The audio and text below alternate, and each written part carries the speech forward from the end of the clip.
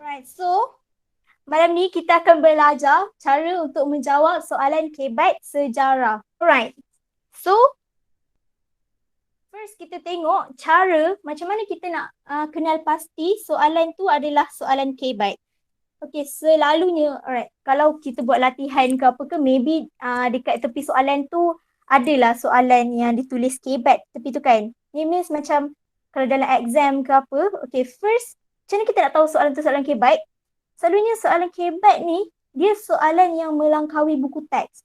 Means, soalan tu tak spesifik and dia macam memerlukan kita punya, apa tu? Apa orang panggil lah? Macam kita punya Mikir dan pendapat. Kita pengetahuan. punya pendapat, kita punya pengetahuan kita. Sebab tu dia macam melangkaui kita punya skop mata pelajaran. Alright.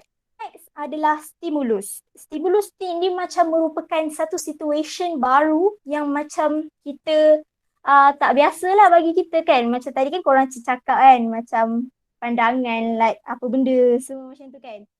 Macam tu lah. So dekat soalan tu kebiasaannya dia akan bagi maklumat yang secukupnya lah apa benda yang dia nak kan. Alright, so tak apa, sekejap lagi kita tengok contoh-contoh soalan tu. Next, soalan KBAT selalunya bermakna dia boleh ditafsir dan mencabar. Selalu macam kalau korang tengok soalan KBAT kan, soalan KBAT kan macam susah kan? Susah kan? Susah. So soalan Ya. susah kan? So dia mencabarlah soalan tu. Next, daripada segi jawapan, respon murid, soalan KBAT ni kita boleh jawab kita boleh jawab lebih daripada satu jawapan. Means jawapan dia tak spesifik kepada satu skema jawapan je. Asalkan benda tu relevan, benda tu boleh diterima. Kita pergi kepada cara untuk menjawab soalan KBAT. Alright, first kali kita kena tengok markah. Kebiasaannya kalau dekat soalan kan selalunya soalan dekat tepi tu kan dia akan tulis dia nak berapa markah, dia nak 4 ke, 6 ke, 8 ke kan. So kebiasaannya soalan KBAT memang dia main ni je lah, 4, 4, 6, 8 ni je lah kebiasaannya kan. So untuk soalan 4 markah, biasanya kita selalu bagi 2 isi, 2 huraian.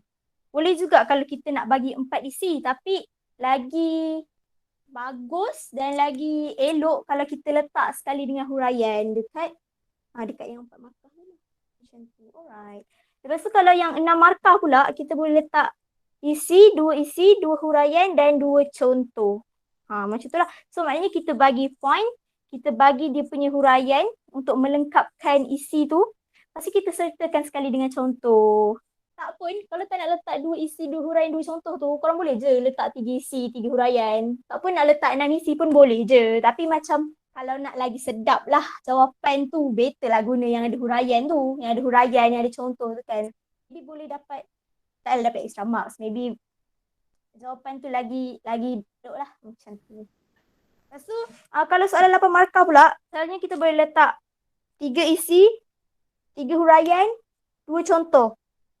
Tak pun 4 isi, 4 huraian ataupun 8 isi. Macam soalan KBAT kan, dia tak macam soalan esei tau. Kalau soalan esei kan dia macam kita kena macam berpandukan buku teks kan. Tapi kalau soalan KBAT ni, asalkan benda tu relevan, benda tu boleh diterima. Faham tak? Faham. So next, dia punya cara dia, jangan tulis dalam bentuk point. Kalau siapa ingat kan, kalau siapa yang pernah belajar dengan Cikgu Izzuddin, taklah Cikgu Faizal dia cakap ke tak, tapi Cikgu Izzuddin cakap, jangan tulis jawapan dalam bentuk point. Macam tak sure point ni boleh ke tak, tapi seeloknya tak digalakkan. Maybe kalau jawapan tu boleh terima, boleh lah. Kalau jawapan tu tak boleh terima, even kita betul semua pun ada potensi je untuk dapat kosong. So untuk berjaga-jaga, better kita tulis je sekali dengan, better tulis je panjang-panjang tu, tak payah nak buat point.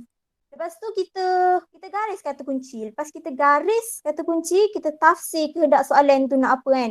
Okay, contoh macam dalam slide tu, kata kunci dia yang saya dah highlight tu, dah highlight langkah-langkah dengan memantapkan pemerintahan sesebuah negara. So, bila kita dah ada kata kunci, kita tafsirkan pula kata kunci tu. Kita tafsirkan apa benda yang dia nak. Macam kalau dalam soalan ni, dia nak langkah-langkah kan. So, dia nak langkah-langkah untuk memantapkan pemerintahan sesebuah negara. So, kita dah dapat dia punya keyword. So, senanglah nanti kita nak letak isi, nak letak huraian, nak letak contoh, semua jenis tu lah. So, benda tu lagi memudahkan kerja kita. Alright. Last sekali, cara dia, tips dia, kita boleh gunakan teknik 5W1H ni. Tahu tak 5W1H ni apa? Tahu. Tahu kan? So, selalunya 5WH question ni, kita selalu guna time buat karangan, time buat essay kan. Tapi, bendalah ni pun kita boleh applykan time kita jawab soalan KBIT. So, kalau fikir balik, sama je. Dia nak isi, mesti kita kena tahu apa isi dia. Lepas tu, kenapa kita cakap isi tu, means kita kena ada huraian yang menyokong kita punya isi tu. Macam mengapa, apa, di mana, bilakah, siapa, bagaimana. So, benda tu semua saling berkait. Okay, next tu je dah habis. So, kita akan pergi tengok contoh-contoh soalan KBIT pula. So, jangan risau, tak banyak pun. Ada 3 je. Soalan first, right. Soalan 1, dia cakap cadangkan usaha-usaha untuk menanamkan semangat nasionalisme dalam kalangan belia pada hari ini. So, kalau ada sesuatu tak perasan dekat sini kan, berdasarkan apa benda yang saya terang tadi, ada apa dekat dalam ni? Soalan 4 markah ni dia nak apa? 2 isi 2 huraian. Alright. So, kalau perasan dekat sini ada 2 isi dan 2 huraian. Yes. Right. So, isi dia usaha-usaha untuk menanamkan semangat nasionalisme dalam kalangan belia pada hari ini adalah dengan mengeratkan perpaduan kaum. So, benda ni dikira satu isi. So, bila kita dah ada point, kita dah ada isi, kita boleh sambung dengan menguraikan pula apa benda kita punya isi tu. Means statement yang menyokong kita punya isi tadi tu. Contohnya dalam ni kan, hal ini dapat mengelakkan berlakunya rusuhan antara kaum seperti peristiwa 13 Mei. Macam tu. So, benda tu huraian lah. So, sekarang ni kita dah ada satu isi dan satu huraian. Next, kita pergi pula dekat isi yang kedua.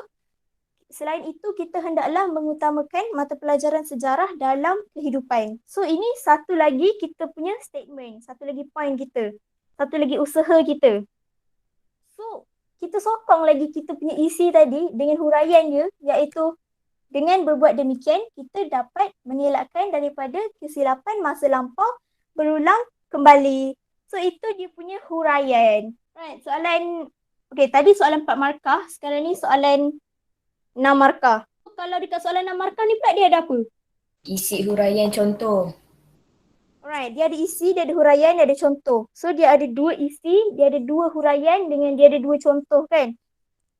So, kita tengok dekat soalan dia. Soalan dia tanya, cadangkan langkah-langkah untuk mengelakkan murid sekolah, untuk menggalakkan murid sekolah bergiat aktif dalam kegiatan persatuan. Right. So, soalan ni dia 6 markah tau. So, bila dia ada 6 markah kan kita kena ada 2 isi, 2 huraian, 2 contoh. So, isi pertama, langkah-langkah untuk menggalakkan murid sekolah bergiat aktif dalam kegiatan persatuan adalah dengan menjadikan kegiatan kokurikulum lebih menarik di sekolah. So, sekarang kita dah ada satu isi. Lepas tu, huraian kita yang nak menyokong statement tadi, contoh kat sini, cara ini dapat menarik minat murid untuk melibatkan diri dalam kegiatan persatuan. Right, so itu dia punya huraian.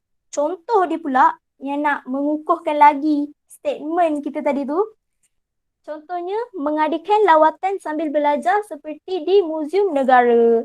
Alright, so sekarang ni kita dah ada satu isi, satu huraian dengan satu contoh. So ada lagi 3. So isi seterusnya, selain itu, menggalakkan murid bergiat aktif dalam kegiatan di luar bilik darjah. So, ini lagi satu point lah. So, huraian yang nak menyokong dia, dengan melakukan demikian, murid dapat berinteraksi dengan dunia luar dengan lebih baik. Itu huraian dia. So, contoh dia mengambil bahagian dalam pertandingan nyanyian di peringkat yang tinggi seperti peringkat kebangsaan dan antarabangsa. So, sekarang ni kita dah lengkap lah, dah ada 2 isi, 2 contoh dengan 2 huraian. Dan sekali soalan 8 markah. Soalan 8 markah ni, patutnya kan dia kena ada 3 isi, 3 huraian dengan 2 contoh kan. Tapi contoh yang dekat slide ni, dia tak ada contoh tau. So, dia boleh je diterima. Tapi kalau nak lagi bagus, letaklah sekali dengan contoh. So, dekat slide ni ada 4 isi dengan 4 huraian. So, iktibar yang diperoleh daripada kejayaan pemodenan pemerintah Thailand ialah kemajuan negara. So, ini satu isi. Huraian dia, Thailand merupakan negara yang tidak dijajah kerana melakukan pemodenan mengikut cara barat. So, ini huraian dia. Huraian yang menyokong isi tadi. Lepas tu, next point dia, selain itu, penting juga untuk sesebuah negara memiliki pemimpin yang berwawasan. Isi seterusnya lah. Huraian dia lagi, hal ini dinyatakan untuk mempertahankan kedaulatan negara daripada ancaman kuasa asing. Huraian yang menyokong statement kedua. Next, isi yang seterusnya memperkasakan sistem pendidikan. Isi yang seterusnya, lepas tu, dengan berbuat demikian, negara dapat mencapai kemajuan dan mengelakkan negara dijajah oleh kuasa asing. Huraian dia. Next, dia punya point yang last, isi yang last dia, selanjutnya menggunakan kebijaksanaan untuk menghadapi ancaman. Huraian dia, perkara ini dapat memastikan segala strategi yang dirancang dapat berjalan dengan jayanya tanpa gagal. So, tu huraian dia lah. Tapi yang dekat slide ni tak ada contoh. So, bolehlah dia jadikan rujukan kan. Tapi kalau nak lagi bagus, korang tambahlah contoh kan. So, itu je, dah habis.